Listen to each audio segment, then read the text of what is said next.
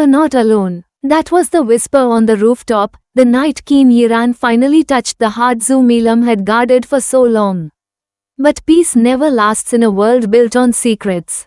Because somewhere, in a glass tower across the sleeping city, a woman in red lipstick smiled. And with a single message, she planted a doubt that could shatter everything Milam had begun to rebuild. Welcome, listeners, to the Velvet Story. Tonight, we step beneath the mask, diving into chapters 39 to 42. Where love begins to bloom in the shadows, and betrayal waits with the patience of a serpent. Keep your ears open, because every whispered truth tonight carries a thorn. Chapter 39, Behind every heroine is a scar. Morning King Yiran's penthouse. Sunlight poured into the modern glass and steel space, soft golden light touching the leather couch where Milam sat, carefully spooning warm soup into her brother's hands. Zhu Jihao, bruised but alive, chuckled as he spilled a little. You are acting like mom, he teased softly. All that soup. You'll fatten me up before I can walk again. Her eyes watered, but her smile stayed. That's the goal. Behind them, Yiran stood quietly, watching. This was peace, a rare, gentle moment in the storm that had become their lives. But even peace carried a weight. And he had something to share. Milam, he said, voice low. There's someone I want you to meet. Someone I trust more than anyone, someone who knows what this wall looks like from a place deeper than law or business. Milam looked up, curious. Who? A hidden sanctuary, a modest apartment in Old District. The car drove them away from the steel skyline into the softer, aging heart of the city. There, behind a narrow bookstore, Yiran led her through a security door into a space that smelled of tea, paper, and something warmer, home. An elderly man looked up from a chessboard. His eyes, sharp, wise, and strangely kind, narrowed at the sight of Milam. So this is the storm cloud, he said with a raspy smile. And the silver lining. Milam blinked. You know who I am? I know what they did to your family. And I know you didn't crumble. Yiran stepped forward. This is Mr. Jiang. He used to be my father's mentor, until he turned against him. Mr. Jiang poured tea with trembling but deliberate hands. I trained 3 generations of businessmen, he said softly. But in the end, I raised more monsters than men. He looked at Milam. You are not a monster. For the first time in days, Milam felt safe.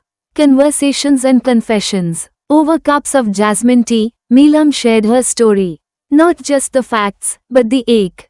Her wedding day, the violation of trust, the silence after the accident, the weight of holding up a family that had once stood like giants. Mr. Jiang listened. Then he said something she hadn't expected. A woman like you, who walks through fire and still holds her head up, terrifies people. They want you small, silent, shattered. He looked at Yiran. And you fell in love with her strength, didn't you? Yiran didn't deny it. I saw her fall, he said softly. But I stayed because she stood again. Milam turned, heart catching in her throat. She hadn't realized it until now, but somewhere deep inside, she'd been waiting, longing, for this truth to come. And now it hung in the air like a promise. A gift from the past. Before they left, Mr. Jiang handed Milam a sealed envelope. This belonged to your grandfather. He gave it to me years ago, told me to keep it safe in case Zhu ever needed to rebuild, not with money, but with truth. Inside, a list of hidden accounts. Names of allies once loyal to the Zhu family. A map of a foundation that had remained untouched by Lin or Shen. It's not enough to fight them, Jiang said quietly. You must replace them. Milan's hands trembled as she held the envelope. This wasn't just hope. It was power. That night on the rooftop. The stars blinked high above, and the city hummed below. Yiran stood with Milam, arms brushing but not touching. You were incredible today, he said, voice rough with unspoken emotions. You always are. She looked at him, heart full, but still wary of what love meant now. I'm still afraid, she admitted. He nodded. So am I. Why? Because I've never wanted someone the way I want you. Silence. Then she said, quietly. I want to want you without fear. He turned to her fully. Then let me wait, as long as it takes. And in that moment, she leaned into him, not because she was ready for forever, but because she believed he'd stay, even if she wasn't. Meanwhile, in an unknown location, a pair of polished shoes walked across marble. A woman's voice, cold and detached, spoke on the phone. Shenhe is down. Lin Jianong has gone silent. The zoo girl is rising. She stopped before a tall window. It's time we finish what we started 10 years ago. Outside, the city blinked like a sleeping beast. And the real puppet master smiled. End of chapter 39. Chapter 40, Where Shadows Dare to Touch Light. Qin Tower midnight. The city outside glowed, but Qin Yiran's office was dark. Only the soft hum of machines and the dull blue light from the tablet screen lit his features. A new report had arrived. Encrypted. Untraceable. But the words were simple enough to destroy peace. You left one secret buried, Yiran. She won't forgive you when she finds out. He stared at the message. His hand clenched the tablet, knuckles turning pale.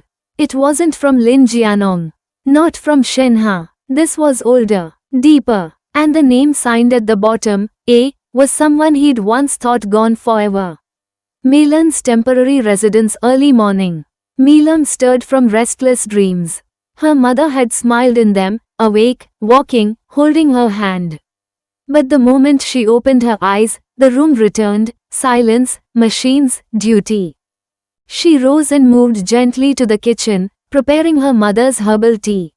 The clock ticked, and the ache in her chest, the one that never really left, returned. But today, there was a purpose. She reached into her drawer and pulled out the envelope Mr. Jiang had given her. Inside were not just contacts, but old letters from her grandfather to certain shareholders. Loyalty isn't always loud, he had written in one. Sometimes, it waits in silence for the right heir. She was that heir now. Zoo Enterprises downtown, a hidden office. That afternoon, Melam stood before 3 former board members of Zoo Enterprises, men who had resigned after the Zoo scandal, but never joined Lin Jianhong's alliance. One of them, Mr. Luo, narrowed his eyes at her. You think you can revive your family's name with sentiment? Melam stood tall. Not sentiment, strategy, structure, and truth. She placed documents before them, original land deeds, offshore trusts untouched by Lin's hands, and records from her grandfather's days. You believed in the zoo name once. I'm not asking for charity. I'm asking for alliance. Mr. Luo stared at her, then slowly, almost reluctantly, smiled. You have your father's temper. But your grandfather's teeth. That evening, Qin Estate. Yiran returned home to find his aunt, Qin Linyao, waiting in his private lounge. Tall, elegant, and sharper than steel. You are stirring things, she said over a glass of red wine. Enemies don't like being dragged from the shadows. He didn't sit. You know who he is. Linyao's smile faded. She set the glass down with a soft clink. I hoped she was gone, she whispered. But Evelyn always knew how to rise from ashes. Yiran's fists clenched. She was exiled, blacklisted, hidden for years. She was patient, Linyao said. And now she's watching, because Zhu Melam is becoming powerful enough to scare her. Silence. Yiran turned toward the window, where the wind dragged clouds across a tired sky. She'll come after Melam next. Melan and Yiran later that night. He found her at the old rooftop again, watching the stars. The city was a cold beauty beneath them, indifferent, glittering. Yiran approached quietly, his voice barely above a whisper. I need to tell you something. Melan turned, and his heart thudded at the way moonlight curved across her features. I'm listening. He hesitated, then sat beside her. There's someone who might come after you next. Someone I once trusted. A woman named Evelyn. Melan stilled. She was part of my father's past. She tried to take down the Qin family once by seducing and blackmailing my cousin. She almost succeeded. My family covered it up. But I testified against her when no one else dared. He turned to her fully, eyes raw. I kept it buried because I didn't want that part of my legacy to stain yours. Malin looked away. Hurt flickered across her features, but not because of betrayal. Because of how deeply Liran still blamed himself for wounds he never caused.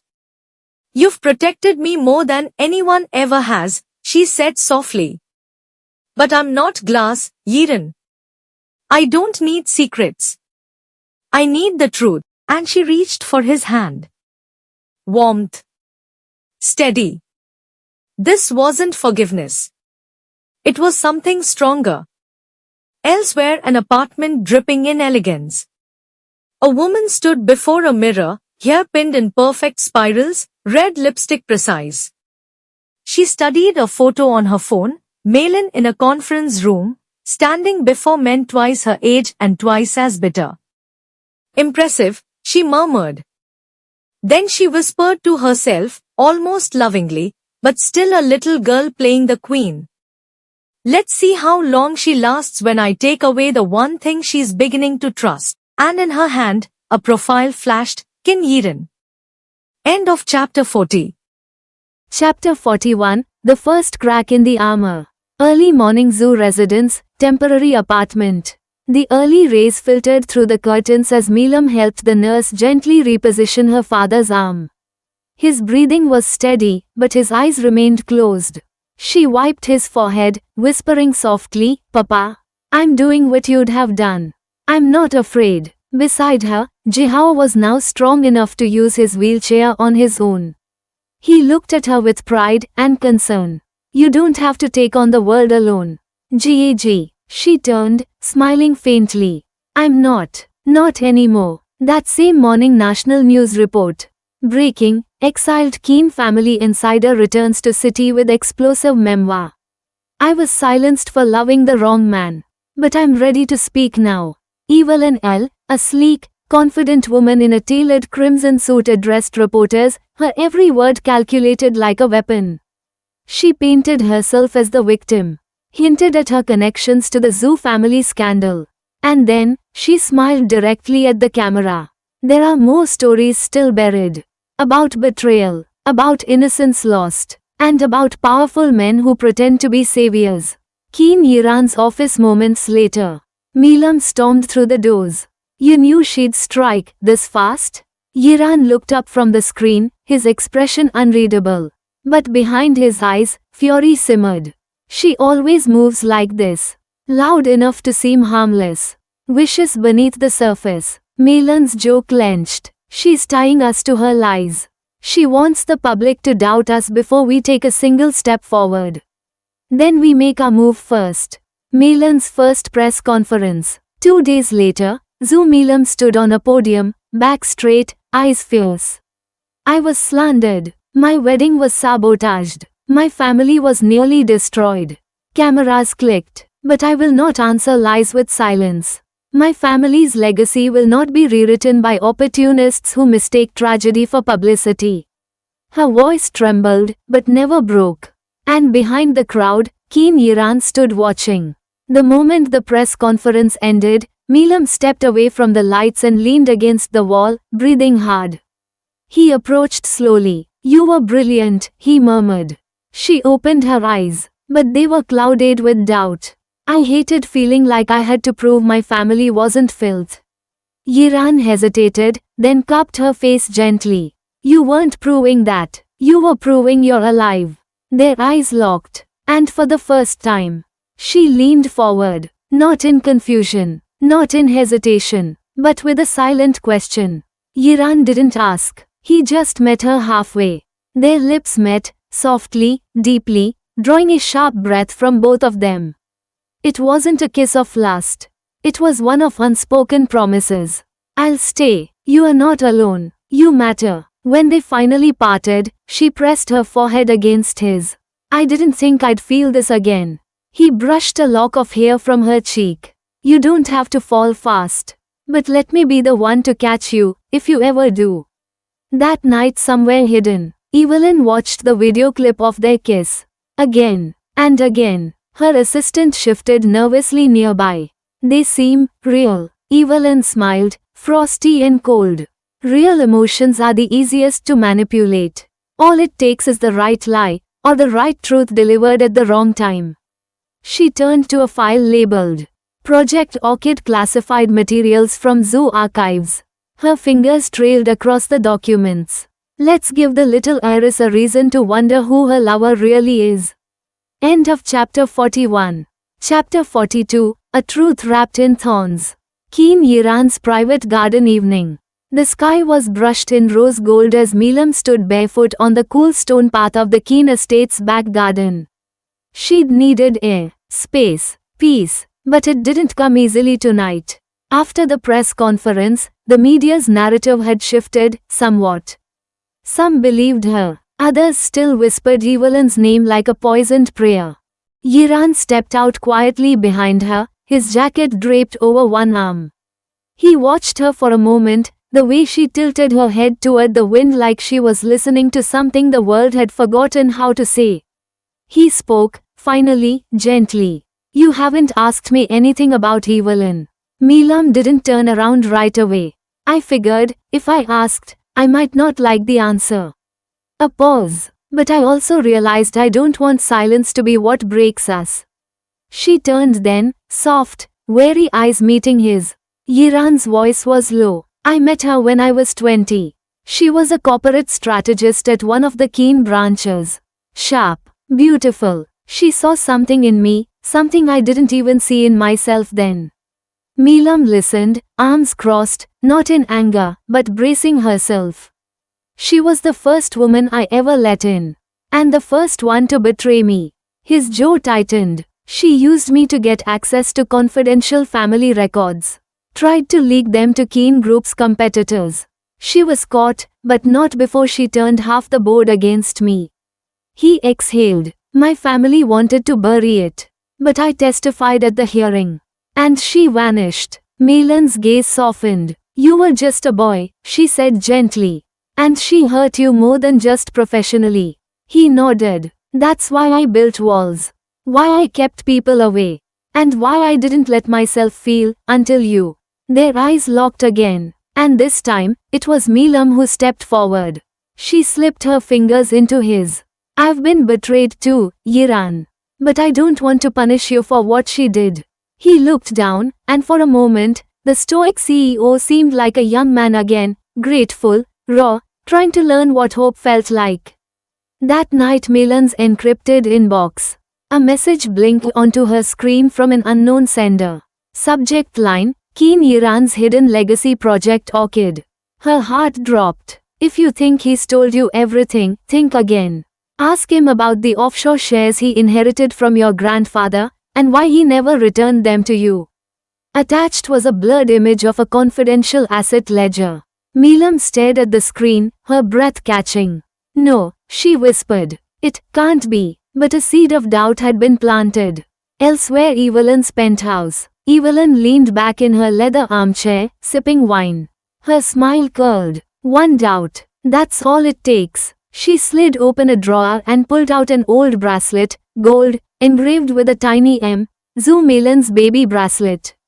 Stolen from the hospital after the accident. She traced it with a finger. Even the most innocent can be painted guilty. Meanwhile Milan's childhood home, abandoned. Milam returned to what was left of the Zoo family mansion, ruined after the auction, stripped of its soul. She stepped through the broken corridors, the dust thick in her throat. But she found the old office her grandfather once used. Tucked behind a panel, she discovered a metal lockbox. Inside, handwritten letters, and a voice recorder. Her hands shook. She pressed play. If anything happens to me, Yiran will be the one to hold the trust. He has no idea what he's carrying, but I trust him. He's the only one who'd protect Milam when I no longer can. Her throat tightened. So, he hadn't stolen the shares. He'd been protecting them, and he never even told her. That same day airport arrival gate. Keen Yiran met an old contact from overseas. A stooped man with spectacles and a deep frown. She's stirring up too much now, the man muttered. Evelyn is connected with foreign investors, some of them from Lin Jianhong's shadow network.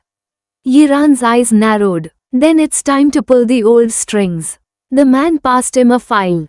Project Crimson. In case she tries to cross the final line. That night Milam and Yiran's meeting. Back at the Keen estate, Milam waited for him in the garden once more. This time, she wasn't trembling with anger. But her expression was unreadable.